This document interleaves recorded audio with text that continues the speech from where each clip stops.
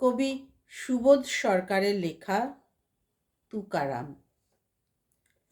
মারাঠি ব্রাহ্মণেরা আপনার ৩০০ কবিতা পাথর বেঁধে নদীর জলে ফেলে দিয়ে বলেছিল, শূদ্র শূদ্রের মতন থাক, কবিতা লেখার এতই যখন শখ, ব্রাহ্মণ হয়ে জন্মালেই পারতিস।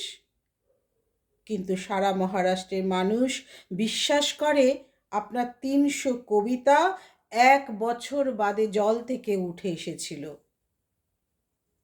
একটি ব্রাহ্মণ কন্যা একবার স্বপ্নে দেখেছিল আপনাকে।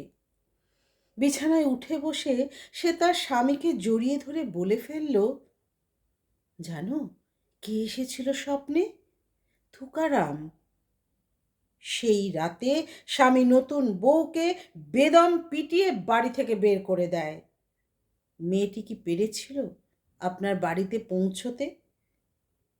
এই মেয়েটি মারাঠি ভাষার প্রথম মহিলা কবি। তুকারাম, আপনার কবিতা জল থেকে উঠে এসেছিল কিনা জানি না, তবে মেয়েটি স্বামীর হাতে মার খেয়ে বাড়ি ছেড়েছিল। সে চোখ বন্ধ করে মুখস্থ বলতো আপনার ৩০০ কবিতা। ৩৮ বছর বয়সে তুকারাম আপনাকে হত্যা করা হলো। কিন্তু ব্রাহ্মণেরা একটা ছোট্ট সত্য বুঝতে পারেনি সেদিন। কবিতার পাণ্ডুলিপি জলে ফেলে দিলেই কবিতা ডুবে যায় না। নমস্কার।